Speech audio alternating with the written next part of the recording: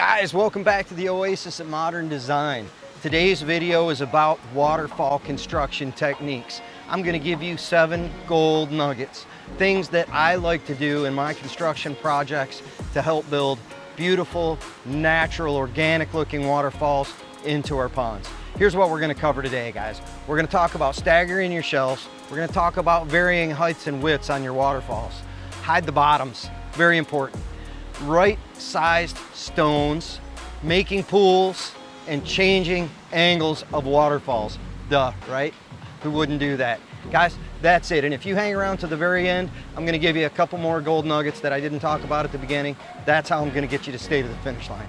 I'm John Adams with Modern Design Aquascaping, by the way, and our team builds world-class ponds, fountains, and waterfalls out of natural stone and wood, and my goal is to educate and inspire the world about ponds and water features. Thanks for joining us. Stay tuned. Let's go look at the waterfall.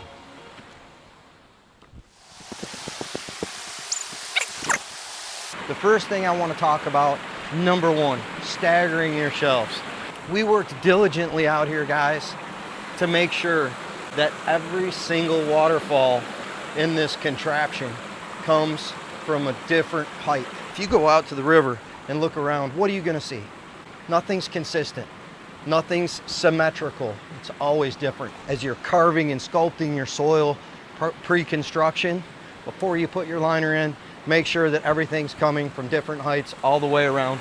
There are literally not 2 waterfalls in here that come from the same elevation. Super important. The next thing we're going to talk about, guys, number 2, changing up the height and the width of your waterfalls. Sounds simple, but nobody wants to do it, man. People just want to move mentally in a consistent way. Guys, each waterfall needs to be different. Shrink the width of the water. That'll change the thickness of the water. It's going to give it a different sound and a different vibe than just having consistent falls. And don't use those flat stones. I'm just throwing that one in there. Don't make everything come off of a piece of flagstone, a piece of flat, smooth stone. That's going to be what we're coming into next. Is vary your style.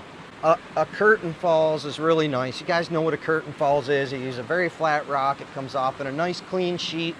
That's great, but don't get hung up on them. Do some horsetails. Pinch 2 rocks together. Look in here. No 2 falls are the same. Make sure that you change up your styles. And if you don't have ideas on that, go hang out at the river and look around. Guys, hide the bottoms. I can't even tell you why this is important to me. It's just a thing that I can't verbalize. But when I look at a waterfall that's been constructed, I hate nothing more than to look out and see a rock that looks like it's just plopped on top of the liner with gravel around it, and I can see the bottom of the rock. Every rock should feel like an iceberg. You should look at it and just assume that there's more of it down into the ground.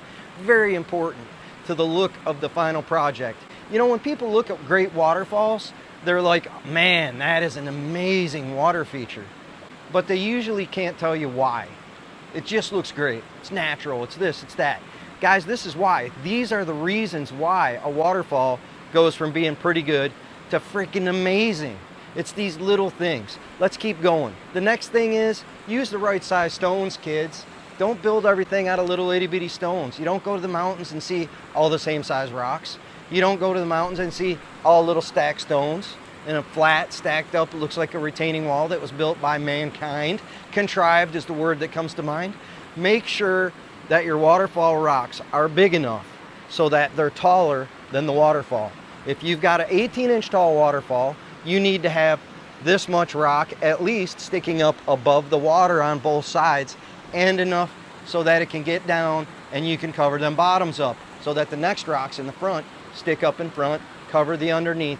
That is going to make natural, organic waterfalls. So make sure you use the right size stones. Next thing we're going to talk about, making pools. Don't sculpt with the intent of setting boulders on top of flat liner and then putting gravel in between them and you're done. Take the extra time to make pools that hold water. Different depths of pools are going to do several things for you guys. This is important. You got a pencil? It's going to give you enough water to get your lights down under the moving water.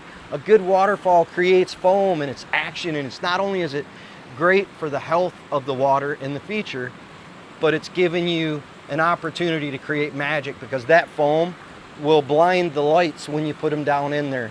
It creates this motion. We call it the firelight effect.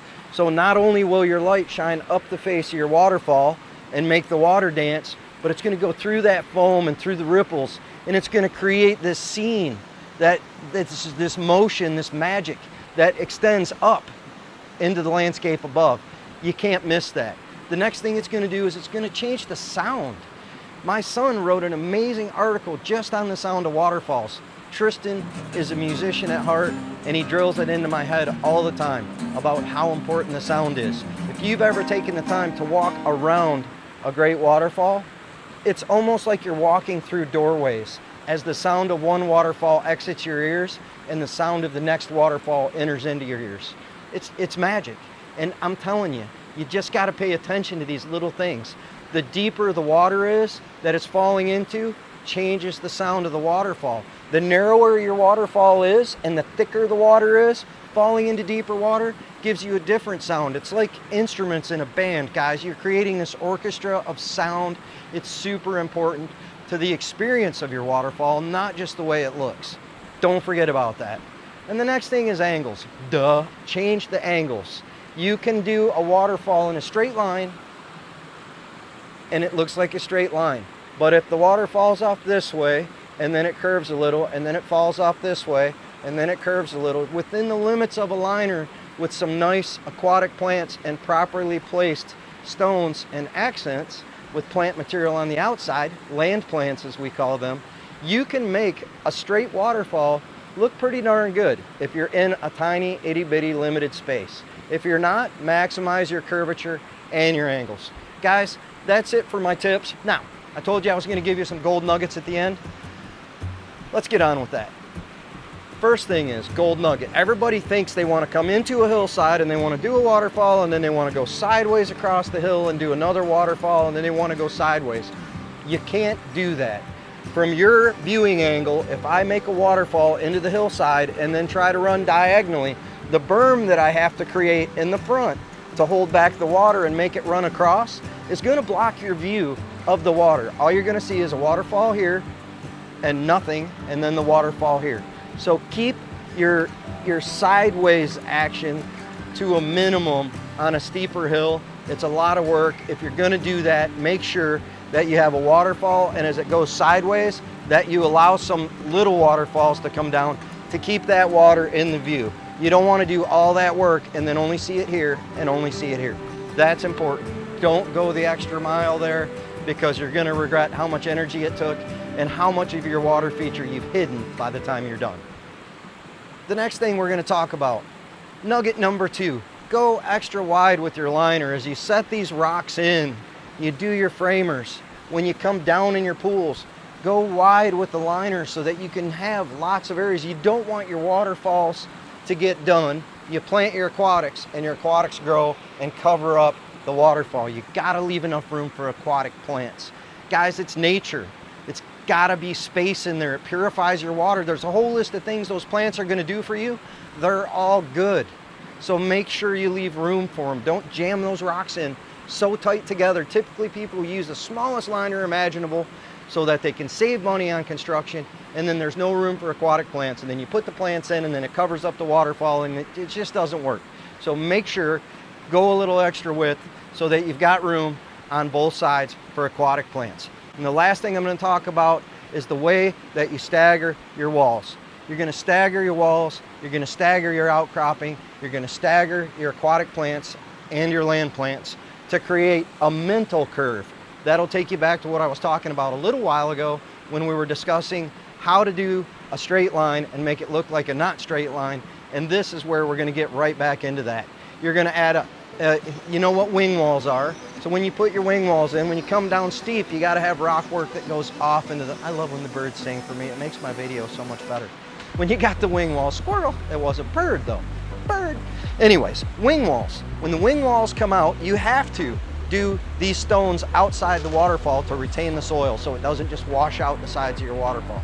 But you can do a wing wall that's longer on one shelf and then do a wing wall that's longer this way on the next shelf.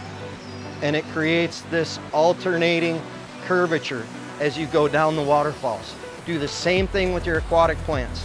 When you got a big wing wall here, you can do an aquatic plant on this side with the big landscape plant on this side, and then rotate that back and forth. And without becoming consistently symmetrical, you start creating a visual curve and a flow, and even though you're still working pretty much in a straight line as you go down a hill. Tell me what you think of this style of video. It's more gold nuggets and valuable information to help you build better waterfalls. Do me a favor, like, comment, subscribe, put some real information down there in the bottom about how you feel about this video, and if you want more stuff that's this style. Appreciate you. I'm John G. Thanks for joining the Adams family. I am out.